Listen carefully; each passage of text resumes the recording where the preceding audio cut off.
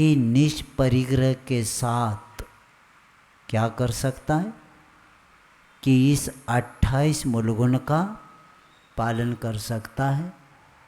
और ये नया पंथ शुरू हुआ और उसी के कारण जिन शासन की बहुत बड़ी हानि हो गई और इसको अभी समझने के लिए कोई भी तैयार नहीं। सत्य एक ही होता है, राजमार्ग एक ही होता है, पगडंडियाँ ज़्यादा होती हैं और पगडंडियाँ ज़्यादा दिन टिक भी नहीं सकती क्योंकि ऋतु परिवर्तन होता है। वैसे पगडंडियाँ भी बदलती रहती है। अनादिकाल से मोक्ष के लिए दिगंबरत्व अनिवार्य है। एक भी व्यक्ति जब पुराने में कहानी आती है दिगंबर प्रतिमा में अपूज्य बनाने के लिए धागा डालते ही प्रतिमा क्या बन गई? अपूज्य बन गई। एक धागा रखना भी बाधक माना गया है और इसी अकाल के कारण सिर्फ मूलाचार पढ़ा रहे समय आचार्य महाराज जी ने कहा सिर्फ भोजन के पीछे नया पंथ बन गया। अगर ये अकाल नहीं पड़ता तो ये नए नए पंथ नहीं बनते। तो इसीलिए दर्शन और चारित्र दोनों से स्खलित होने के बाद अब पूर्व स्थिति में लाने के लिए पूरे संघ ने कोशिश किया लेकिन बन नहीं पाया और उसी के कारण जैन धर्म की संख्या जैन है सब लेकिन उनके मत में मतांतर बन गए। कभी भी याद रखेंगे अगर हमारे पास शक्ति नहीं है तो जितनी शक्ति है उतना तप त्याग करो लेकिन सत्य की वस्तुस्थिति बदलना नहीं चाहिए क्योंकि परिस्थिति थोड़े काल के लिए होता है लेकिन परिस्थिति से जो बनता है वही वस्तुस्थिति मानेंगे तो मार्ग नहीं बन पाएगा। और इस भावना को लेके स्थितिकरण को यहाँ आपके सामने रखा जा रहा है क्योंकि साधर्मी धर्म के स्नेह रखने वाले पुरुष सदा यही ध्यान रखते हैं कि हमारा कोई सधर्मी बंधु धर्म की श्रद्धा हो या आचरण हो उसको विचलित तो नहीं हो रहा है। यदि ऐसा आभास उसे मिलता है तो वे पूर्ण प्रयत्न से अर्थात उपदेश से हो शारीरिक सेवा से हो या धन अधिकता की सहायता से उसे विचलित होते हुए बंधु को फिर से क्या करता है? धर्म में स्थित करता है और उनकी इस क्रिया को ही स्थितिकरण गुण कहा गया है। लेकिन ये भी याद रखेंगे ये स्थितिकरण जो शब्द है जो हमें बताया जा रहा है ये भी याद रखना कि इस सम्यक दर्शन से संबंधित हो तो स्थितिकरण होगा। किसी का भी स्थितिकरण करके क्या होने वाला है? जिनके पास सम्यक दर्शन ही नहीं है और आप समझ रहे हम इनका स्थितिकरण कर रहे, जिसके पास चारित्र नहीं है उसको आप क्या समझ रहे? इनके पास चारित्र है, मैं स्थितिकरण कर रहा हूँ। ये कहाँ का स्थितिकरण है? क्योंकि सिर्फ दिगंबर के साथ ही चारित्र के साथ संबंध माना है। क्योंकि रत्नत्रय जहाँ होता है वही उसको क्या कहा कि सम्यक दर्शन ज्ञान चारित्र हो तो यही रत्नत्रय है, तो रत्नत्रय की स्थितिकरण होता है। और सम्यक दर्शन का कहाँ स्थितिकरण होता है कि 18 दोषों से रहित देव निर्ग्रंथ यानी और उनके पास जो सम्यक ज्ञान होता है तो उसको क्या करेंगे? सम्यक दर्शन का स्थितिकरण, यानी सच्चे देवगुरु शास्त्र के साथ जिनका संबंध होता है, जिनकी श्रद्धा होती है, उनके ही सम्यक दर्शन को हम क्या कर सकते? स्थितिकरण कर सकते। जिनके पास ये विषय नहीं तो क्या स्थिति अस्थिति में है उसको स्थितिकरण हम क्या करेंगे? तो ये भी अपने को ज्ञान होना चाहिए स्थितिकरण किसका और इस गुण को हम कैसे पालन करें। तो ऐसे उनकी इस क्रिया को स्थितिकरण कहते हैं। और स्थितिकरण गुण के द्वारा ही सहधर्मी बंधुओं का संगठन के क्या होता है? स्थिर रहता है। और इसी के कारण ये स्थितिकरण गुण दूसरों के लिए नहीं अपने लिए भी है। दूसरों का नहीं स्थितिकरण, अपना भी होता है, लेकिन स्थितिकरण दूसरी की ओर मत जाना, अपना भी खुद को करना है। और इसीलिए यानी जब भी हम कार्य, इसलिए देखो दिगंबर साधु की चर्या निरालंब होती है, तब जाकर इससे बाकी के इससे वो दोषों से बच जाता है। और लिंग के अनुसार ही चर्या होती है। और इसी के द्वारा चारित्र की भी क्या होती है? सुरक्षा तब होती है।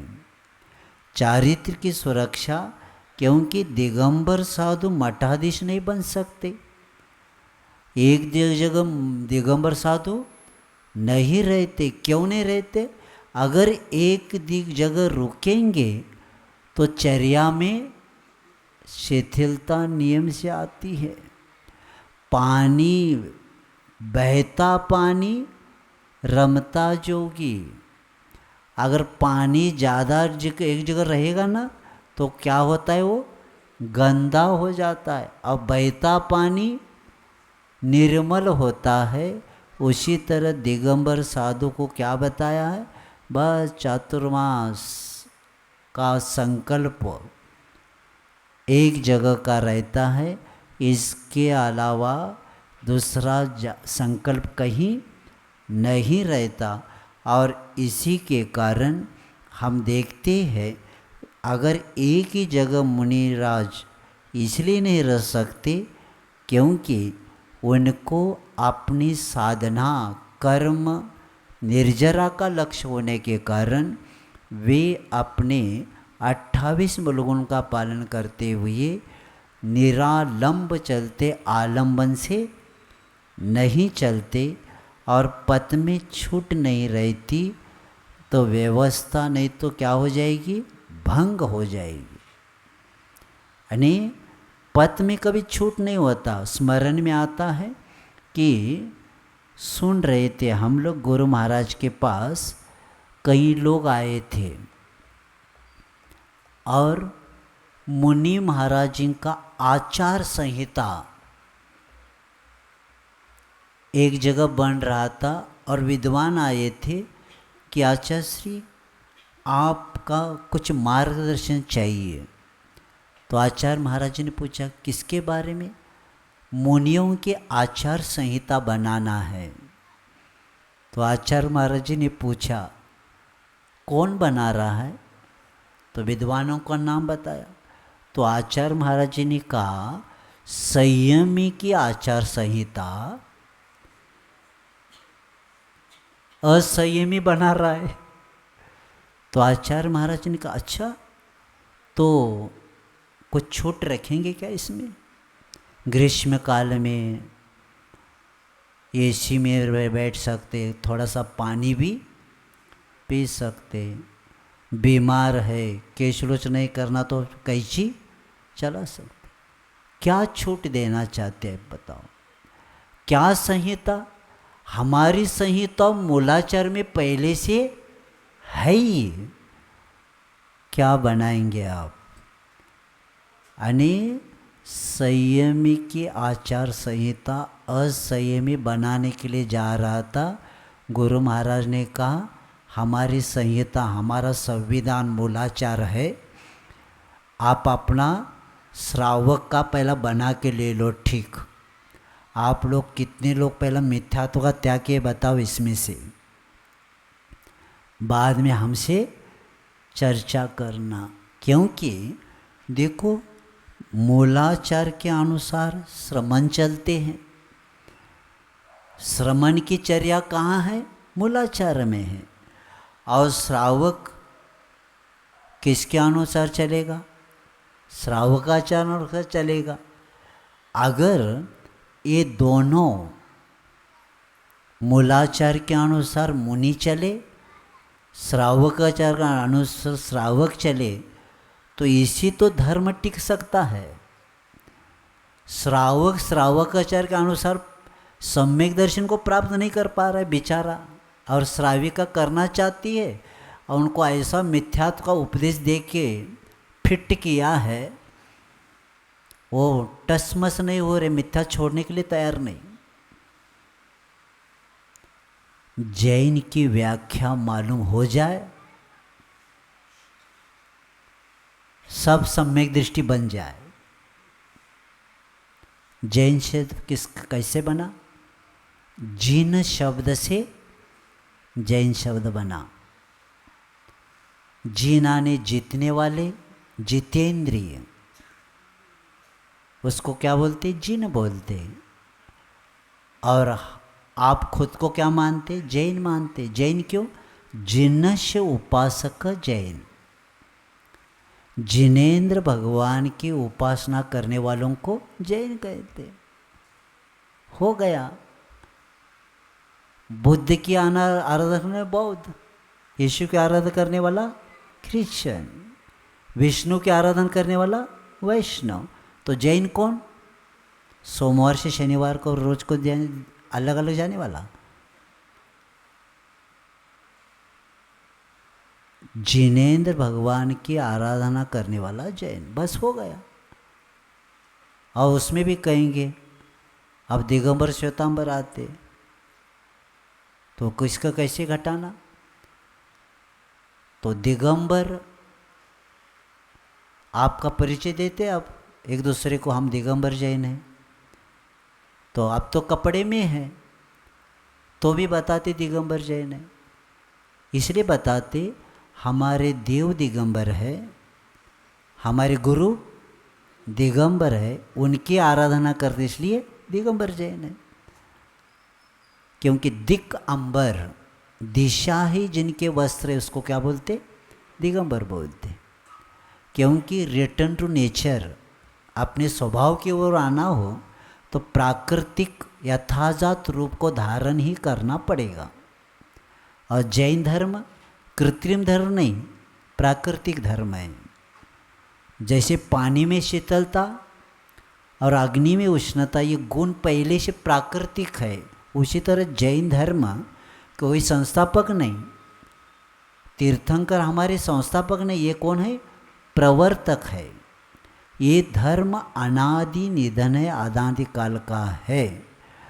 तो ऐसे धर्म में जब हमें जन्म हुआ है, और इसीलिए यहाँ बताया जा रहा है इसी के द्वारा ही कल्याण होने वाला है। और इसीलिए यहाँ बताया जा रहा है कि पथ में छूट नहीं होता। और ये मार्ग अगर लॉ की किताब हो तो वकील कर सकते, लेकिन खुद लिख कर नहीं कर सकते। लॉ की जो किताब है ना, वकील को उसी के अनुसार निर्णय देना पड़ेगा। खुद लिखेंगे तो कोई मानेगा नहीं। उसी तरह जो शास्त्र में जो हमें आचरण बताया है वही आचरण करना पड़ेगा। अलग आचरण करने लिखने की जरूरत नहीं, क्योंकि उसी तरह आगम के अनुसार ही चर्या रहेगी तब काम होगा। मनमानी नहीं चलती है।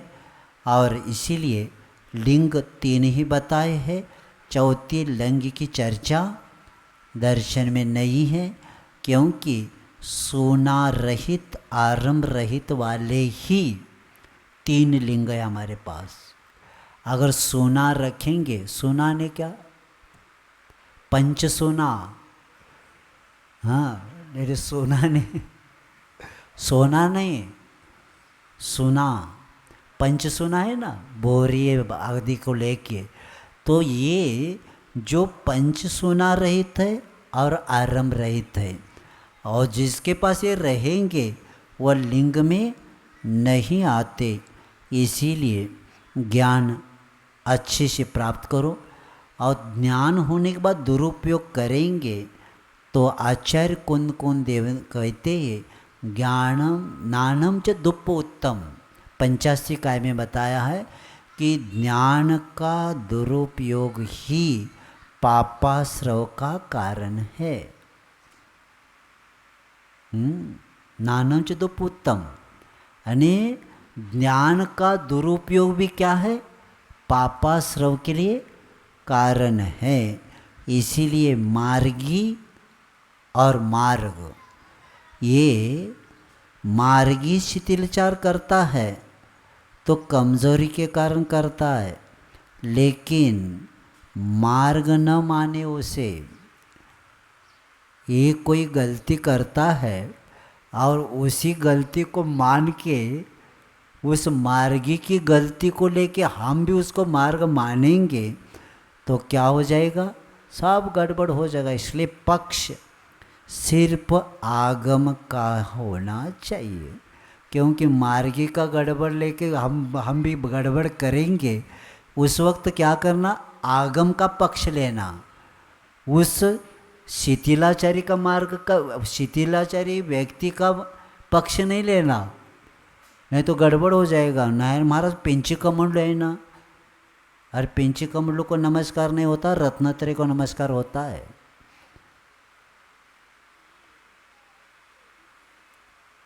क्योंकि वो मार्केट में भी बिक्री को मिलता है दोनों वस्तु। इसीलिए पक्ष किसका है इस समय, आगम का ही लेना चाहिए। और इसीलिए बताया है कि एक क्षुल्लक तक जो भी होते हैं वे कभी भी किसी ट्रस्ट के आदि के क्या नहीं बन सकते, संस्था के ट्रस्टी हो सकते हैं क्या। तो पूछा गया है तो 2 बार भी भोजन करने लगे कई लोग, और पद के अनुसार ही कार्य होना चाहिए, लेकिन इसका ज्ञान नहीं होने के कारण अन्य मार्ग बनेगा तो सही मार्ग क्या हो जाएगा, समाप्त हो जाएगा।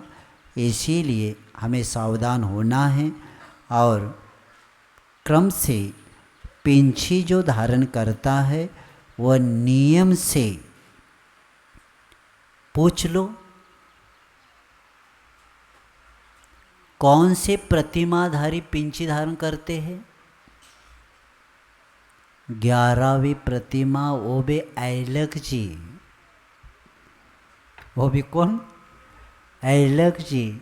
क्षुल्लक जी को भी चाहे तो कल रेफरेंस बताऊंगा, 24-25 शास्त्रों का रेफरेंस आपको बताऊंगा कि क्षुल्लक जी को भी जब नहीं होता कोमल वस्त्र के बारे में बताया, लेकिन हम लोगों को उस वक्त दिया था, लेकिन अब सब विद्वानों को इसको समझने लगे, जब 11 प्रतिमा वाला पिंची धारण करता है, उसके नीचे के गुणस्थान वाले क्या नहीं करते?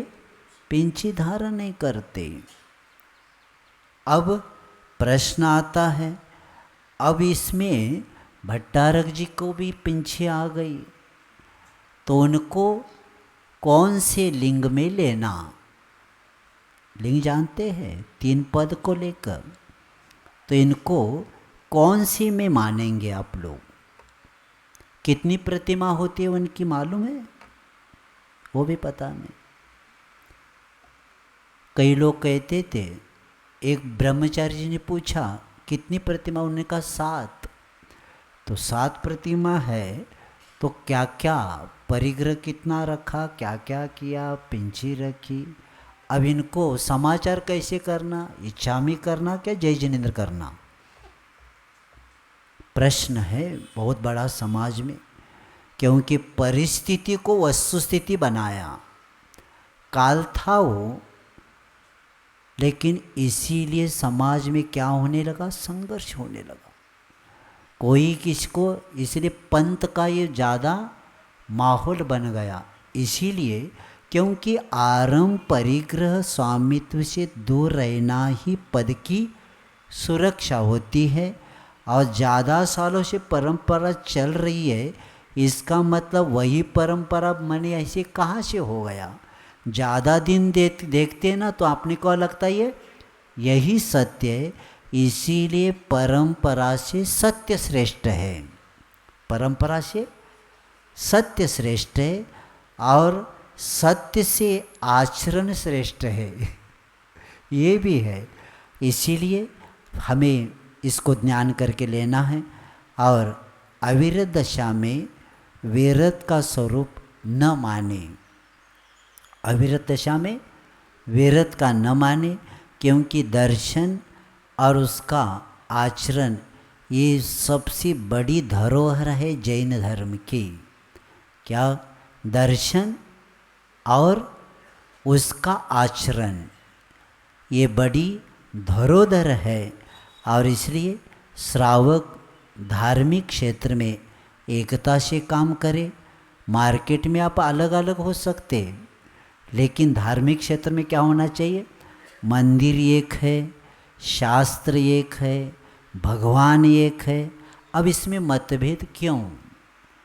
क्योंकि मंदिर जब जिन मंदिर है और उसमें जिनवानी है, और उसमें भी भगवान कौन से?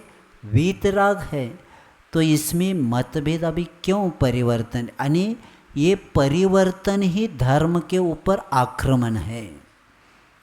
ये परिवर्तन ही क्या होने लगा?